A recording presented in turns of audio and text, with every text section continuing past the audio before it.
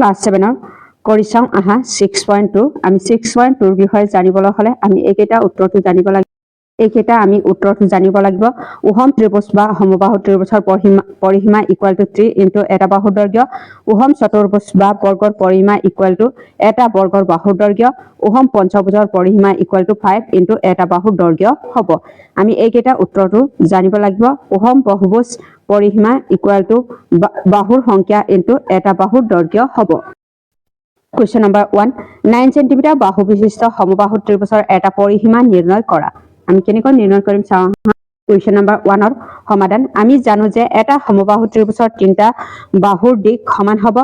দিয়া আছে সমবাহু ত্ৰিভুজৰ এটা বাহুৰ যোগটো কিমান দিয়া আছে 9 cm দিয়া আছে গতিকে সমবাহু ত্ৰিভুজৰ পৰিসীমাটো কি হ'ব 3 into 9 হ'ব এটো বাহুৰ যোগ 3 into 9 হ'ব 3 গুণ কিমান হ'ব 27 cm হ'ব এইটোৱে হ'ব এনসাৰ Question number 2 54 cm পৰিসীমা সমবাহু ত্ৰিভুজৰ এটা বাহুৰ মাপ নিৰ্ণয় কৰা Question number 2 এনসাৰটো দিয়া আছে সমবাহু ত্ৰিভুজটো পৰিসীমা ইকুৱেল টু কিমান দিয়া আছে পৰিসীমা ইকুৱেল টু 54 cm দিয়া আছে গতিকে সমবাহু ত্ৰিভুজৰ বাহুৰ যোগ ইকুৱেল টু পৰিসীমা বাই 3 হ'ব ইয়াত কি হ'ব 54 বাই 3 হ'ব 3 উত্তৰং কিমান হ'ব 54 হ'ব ইয়াত কি হ'ব 18 cm হ'ব এইটোৱে হ'ব এনসাৰটো Question number 3 তোমাৰ চাৰিওফালে পোৱা উহম আকৃতিত থকা বিভিন্ন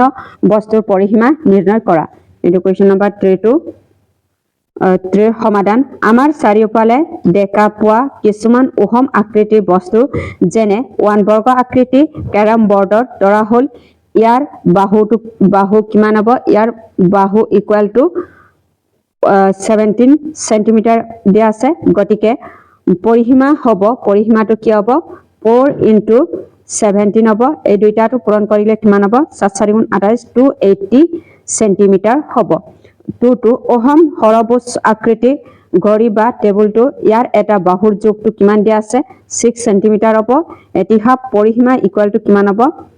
পৰিসীমা ইকুৱেল টু ইয়াত কি হ'ব 4 into 6 হ'ব 6 4 গুণ কিমান হ'ব 24 cm হ'ব